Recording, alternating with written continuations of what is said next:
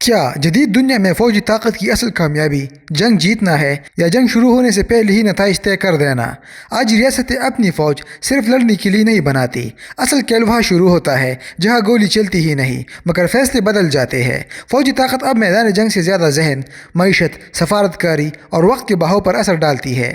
جو ریاست اس حقیقت کو سمجھ لیتی ہے وہ بغیر جنگ کی اپنی مرضی کا ماحول بنا لیتی ہے، جبکہ جو طاقت کو صرف لڑائی سے جوڑتی ہے وہ اکثر فتح کے باوجود کمزور نکلتی ہے۔ فوجی طاقت جنگ کے بغیر فیصلوں کو کیسے موڑ دیتی ہے؟ جب کسی ریاست کی فوجی صلاحیت مسلسل موجود اور قابل اعتماد نظر آتی ہے تو وہ صرف دفاعی قوت نہیں رہتی بلکہ ایک خاموش پیغام میں بدل جاتی ہے جو بغیر کسی اعلان کے ارد گرد کے ماحول کو متاثر کرنا شروع کر دیتی ہے۔ یہ پیغام ہتھیاروں کی نمائش سے زیادہ اس یقین سے بنتا ہے کہ ضرورت پڑنے پر یہ طاقت واقعی حرکت کر سکتی ہے۔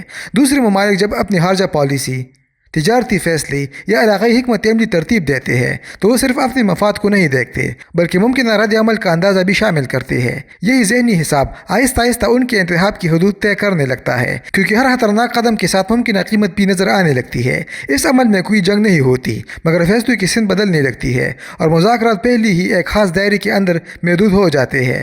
وقت گزرنے کے ساتھ یہ اثر مزید گہرا ہو جاتا ہے، یہاں تک کہ طاقتور ریاست کو بار بار براہ راست مداخلت کرنے کی ضرورت کم پڑ جاتی ہے۔ دوسرے ممالک خود احتیاط کرتے ہیں، تنازعات کو ایک حد سے آگے نہیں بڑھاتے اور غیر محسوس طریقے سے ایسا رویہ اپناتے ہیں جو طاقت اور ملک کے مفادات سے ٹکراؤ پیدا نہ کرے۔ یوں فوجی طاقت عملی استعمال کے بغیر ہی سیاسی استحکام اور اثر و رسوخ کا مستقل ذریعہ بن جاتی ہے۔ مستقل فوجی موجودگی خطوں کے رویے کو آہستہ آہستہ کیسے بدلتی ہے؟ جب بحری بیڑے، فوجی اڈے یا مشترکہ عسکری مشقیں کسی خطے میں مسلسل موجود رہتی ہے تو وقت کے ساتھ ان کی حیثیت ہنگامی انتظام سے نکل کر ایک مستقل حقیقت بن جاتی ہے۔ ابتدا میں یہ موجودگی علاقائی ممالک میں محتاط رویہ پیدا کرتی ہے، کیونکہ ہر ریاست یہ سمجھنے کی کوشش کرتی ہے کہ اس طاقت کی موجودگی مستقبل کے فیصلوں پر کیسے اثر ڈال سکتی ہے۔ آہستہ آہستہ یہی احتیاط پالیسی سازی کا حصہ بن جاتی ہے اور ممالک اپنی دفاعی حکمت عملی، سفارتی تعلقات اور حتیٰ کہ معاشی منصوبہ بندی بھی اسی حقیقت کو سامنے رکھ کر ترتیب دینے لگتے ہیں۔ چند برس گزرنے کے بعد تجارتی راستے زیادہ محفوظ سمجھے جانے والے علاقوں کی طرف منتقل ہونے لگتے ہیں۔ اتحاد اسی طاقت کے قریب بنتے ہیں اور سلامتی کے تصورات نئے معیار کے مطابق ڈل جاتے ہیں۔ اس عمل میں کوئی براہ راست تصادم نہیں ہوتا مگر طاقت کی مستقل موجودگی خطے کی سوچ اور ترجیحات کو بدل دیتی ہے۔ نتیجتاً جغرافیہ صرف نقشے کی حد تک نہیں رہتا بلکہ سیاسی اثر و رسوخ میں تبدیل ہو جاتا ہے، جہاں فیصلے طاقت کے استعمال سے نہیں بلکہ اس کی موجودگی کے احساس سے متاثر ہوتے ہیں۔ یوں پورا خطہ آہستہ آہستہ ایک نئے توازن کو قبول کر لیتا ہے اور اپنی سمت اسی کے مطابق طے کرنے لگتا ہے۔ فوجی طاقت معاشی فیصلوں پر خاموش دباؤ کیسے ڈالتی ہے؟ جہاں کسی ریاست کا فوجی تحفظ قابل یقین اور مسلسل محسوس کیا جائے وہاں سرمایہ کاری صرف معاشی منافع کی بنیاد پر نہیں بلکہ تحفظ کے احساس پر بھی منتقل ہونا شروع ہو جاتی ہے۔ سرمایہ ہمیشہ ایسے ماحول کی تلاش میں رہتا ہے جہاں خطرات کم اور مستقبل کا اندازہ نسبتاً واضح ہو، اور یہی اعتماد اس وقت پیدا ہوتا ہے جب ریاست یہ صلاحیت رکھتی ہو کہ وہ بحران کی صورت میں اپنے مفادات اور تجارتی راستوں کا دفاع کر سکے۔ یہ تحفظ محض سرحدوں کی حفاظت تک محدود نہیں رہتا بلکہ سمندری گزرگاہوں، توانائی کی ترسیل اور عالمی تجارت کے تسلسل سے جڑ جاتا ہے۔ جب تاجروں اور کمپنیوں کو یقین ہو کہ کسی خطے میں اچانک عدم استحکام پیدا ہونے کی صورت میں طاقت حرکت کر سکتی ہے تو تجارت آہستہ آہستہ اسی سمت بہنے لگتی ہے۔ وقت کے ساتھ سپلائی لائنز، بندرگاہیں اور مالیاتی نیٹ ورک اسی اعتماد کے گرد ترتیب پاتے ہیں اور ایک نیا معاشی مرکز وجود میں آنے لگتا ہے۔ اس کے برعکس جہاں فوجی اعتبار کمزور یا غیر یقینی ہو وہاں سرمایہ محتاط رہتا ہے، طویل مدتی منصوبے رک جاتے ہیں اور معیشت مسلسل خطرے کے احساس میں چلتی ہے۔ دہائی بعد ہی فرق واضح ہو جاتا ہے، جہاں ایک طرف طاقت معاشی استحکام میں بدل چکی ہوتی ہے جبکہ دوسری طرف کمزوری معاشی سستروی کی شکل اختیار کر لیتی ہے۔ کیا فوجی طاقت اصل میں وقت خریدنے کا ذریعہ بن جاتی ہے؟ طاقت کا ایک اہم مگر اکثر نظر انداز ہونے والا استعمال یہ ہے کہ وہ فوری خطرے کو روک کر ریاست کے لیے وقت پیدا کرتی ہے، اور یہی وقت بعض اوقات اصل سرمایہ ثابت ہوتا ہے۔ جب کسی ملک کی فوجی صلاحیت اتنی مضبوط سمجھی جائے کہ اس پر حملہ مہنگا اور غیر یقینی نتائج والا نظر آئے تو مخالف فریق جلد بازی سے گریز کرتا ہے اور اپنے فیصلے مؤخر کرنے لگتا ہے۔ اس تاخیر سے ایک ایسا وقفہ پیدا ہوتا ہے جس میں ریاست بیرونی دباؤ کے بغیر اپنی اندرونی حالت کو سنبھال سکتی ہے۔ یہی وہ مرحلہ ہوتا ہے جہاں حکومت معیشت کو مستحکم کرنے، اداروں کو بہتر بنانے یا نئی حکمت عملی ترتیب دینے کا موقع حاصل کرتی ہے۔ وقت گزرنے کے ساتھ اگر یہ وقفہ اصلاحات میں تبدیل ہو جائے تو فوجی طاقت صرف دفاعی ڈال نہیں رہتی بلکہ مجموعی قومی طاقت کا حصہ بن جاتی ہے۔ لیکن اگر یہی وقت ضائع ہو جائے اور اندرونی کمزوریاں جو کی تو رہے تو فوجی طاقت آہستہ آہستہ بوجھ محسوس ہونے لگتی ہے، کیونکہ خطرہ وقتی طور پر تو رک جاتا ہے مگر بنیادی مسائل برقرار رہتے ہیں۔ نتیجتاً ریاست کو بار بار اسی طاقت پر انحصار کرنا پڑتا ہے، جبکہ اصل استحکام پیدا نہیں ہو پاتا اور طاقت مسئلے کے حل کے بجائے صرف اس کی تاہیر کا ذریعہ بن جاتی ہے۔ اتحاد کیوں اکثر فوجی طاقت کے سائے میں بنتے ہیں؟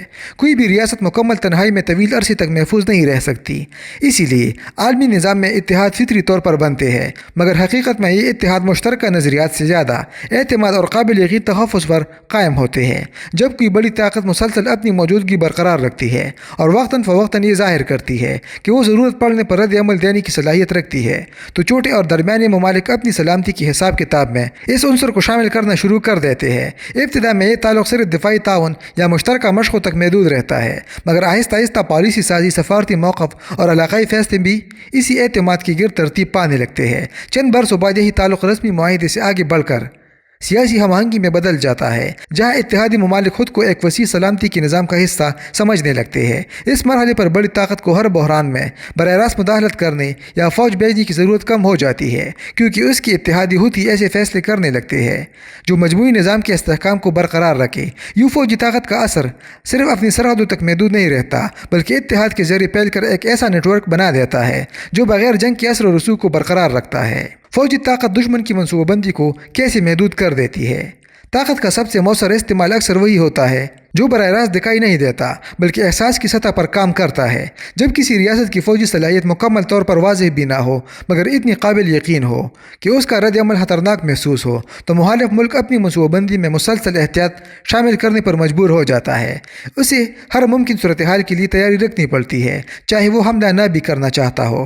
اس اضافی تیاری کا مطلب یہ ہوتا ہے کہ اس کے وسائل ایک سمت میں مرکوز رہنے کے بجائے مختلف خطرات کے خلاف تقسیم ہو جاتے ہیں۔ نتیجتاً اس کی معیشت، دفاعی بجٹ اور حکمت عملی پر مستقل دباؤ قائم رہتا ہے۔ وقت کے ساتھ فیصلے تیز اور جرأت مندانہ ہونے کے بجائے محتاط اور سست ہو جاتے ہیں، کیونکہ ہر قدم کے ساتھ ممکن رد عمل کا خوف جڑا رہتا ہے۔ طویل مدت میں یہی کیفیت اس کی توانائی کو ترقی یا توسیع کے بجائے دفاعی تیاریوں میں کپا دیتی ہے۔ یوں طاقتور ریاست کو براہ راست تصادم کی ضرورت نہیں پڑتی، کیونکہ اس کی موجودگی ہی حریف کی رفتار کم کر دیتی ہے۔ آہستہ آہستہ مقابلہ برابر طاقتوں کے درمیان نہیں رہتا، بلکہ ایک ایسا عدم توازن پیدا ہو جاتا ہے جہاں ایک فریق آگے بڑھتا ہے اور دوسرا صرف خطرات سے بچنے میں مصروف رہتا ہے۔ طاقت کا مسلسل مظاہرہ کب بوجھ بن جاتا ہے؟ اگر فوجی طاقت کو ہر مسئلے کا فوری حل سمجھ لیا جائے تو وقت کے ساتھ اس کی موجودگی خود ایک نئے دباؤ میں بدلنے لگتی ہے۔ جب ریاست مسلسل مختلف خطوں میں تعیناتی برقرار رکھتی ہے، اتحادیوں کی سلامتی کی ذمہ داریاں اٹھاتی ہے اور عالمی سطح پر اپنی موجودگی قائم رکھنے کی کوشش کرتی ہے، تو یہ عمل صرف اثر و رسوخ نہیں بڑھاتا بلکہ وسائل کی مستقل کھپت بھی شروع کر دیتا ہے۔ ابتدا میں یہی پھیلاؤ طاقت کی علامت محسوس ہوتا ہے، کیونکہ ریاست بیک وقت کئی علاقوں میں اثر انداز ہو سکتی ہے اور فیصلوں کی سمت پر اثر ڈالتی ہے، مگر دہائیوں کے دوران اخراجات، فوجی ڈھانچے کی دیکھ بھال اور سیاسی ذمہ داری آہستہ آہستہ معیشت اور اندرونی استحکام پر وزن ڈالنے لگتی ہے۔ اس مرحلے پر طاقت کو برقرار رکھنا خود ایک مقصد بن جاتا ہے جس کے لیے مزید وسائل اور مزید موجودگی درکار ہوتی ہے۔ نتیجتاً ریاست اپنی مرضی سے نہیں بلکہ اپنی سابقہ ذمہ داریوں کے باعث حرکت کرنے لگتی ہے۔ اثر و رسوخ جو کبھی انتخاب تھا، رفتہ رفتہ دفاعی ذمہ داری میں بدل جاتا ہے، جہاں پیچھے ہٹنا بھی مہنگا اور آگے بڑھنا بھی مشکل ہو جاتا ہے۔ یہی وہ مقام ہے جہاں جنگ کے بغیر طاقت استعمال کرنے کی حکمت عملی یا تو دیر پا استحکام پیدا کرتی ہے یا پھر خاموش طاقت میں تبدیل ہو جاتی ہے جو طاقت کو اندر سے کمزور کرنے لگتی ہے۔ آخرکار فوجی طاقت اصل میں کیا تبدیل کرتی ہے؟ جدید دنیا میں فوجی طاقت کا اثر صرف سرحدوں کے دفاع یا قبضے تک محدود نہیں رہتا، بلکہ یہ زیادہ گہرے انداز میں فیصلوں کے ماحول کو تشکیل دیتی ہے۔ جب کسی ریاست کی طاقت مسلسل اور قابل اعتماد محسوس ہو تو وہ راستے بند کرنے کے بجائے امکانات کی حدیں متعین کرنے لگتی ہے، یعنی دوسرے ممالک یہ سمجھنے لگتے ہیں کہ کون سا قدم قابل قبول ہے اور کون سا خطرناک ثابت ہو سکتا ہے۔ اسی غیر محسوس حد کے اندر ریاستیں اپنی تجارت، سفارتکاری اور اتحاد کی حکمت عملی ترتیب دیتی ہے۔ وقت کے ساتھ یہ حد ایک غیر اعلانیہ نظام میں بدل جاتی ہے جہاں طاقت کا استعمال کم مگر اس کا اثر مسلسل موجود رہتا ہے۔ جو ممالک اس طاقت کو صبر، تسلسل اور محدود مگر سوچے سمجھے استعمال کے ساتھ چلاتے ہیں، وہ بغیر مسلسل تصادم کے دہائیوں تک اثر و رسوخ برقرار رکھتے ہیں، کیونکہ دوسروں کی پالیسی خود بہت اس ماحول کے مطابق ڈل جاتی ہے۔ اس کے برعکس جو ریاست فوری نتائج حاصل کرنے کے لیے طاقت کا بار بار استعمال کرتی ہے، وہ ہر کامیابی کے بعد نئی مزاحمت کو جنم دیتی ہے، جس سے استحکام کے بجائے رد عمل بڑھنے لگتا ہے۔ یوں اصل مقابلہ میدان جنگ میں نہیں بلکہ وقت کے اندر ہوتا ہے، جہاں صبر رکھنے والی طاقت آہستہ آہستہ نظام کو اپنے حق میں موڑ لیتی ہے۔ اب نتیجہ سمجھتے ہیں۔ فوجی طاقت کی جدید شکل جنگ جیتنے سے کم اور جنگ کو غیر ضروری بنانے سے زیادہ جڑی ہوئی ہے۔ جب طاقت خاموشی سے فیصلوں کی سمت بدلنے لگے تو وہ اپنی سب سے مؤثر حالت میں ہوتی ہے۔ تاریخ میں وہی ریاستیں دیر تک اثر انداز رہے جنہوں نے اپنی فوج کو ہتھیار سے زیادہ ایک نظامی دباؤ کے طور پر استعمال کیا، کیونکہ آخر میں طاقت وہ نہیں جو استعمال ہو جائے بلکہ وہ ہے جس کی موجودگی ہی نتائج بدل دے۔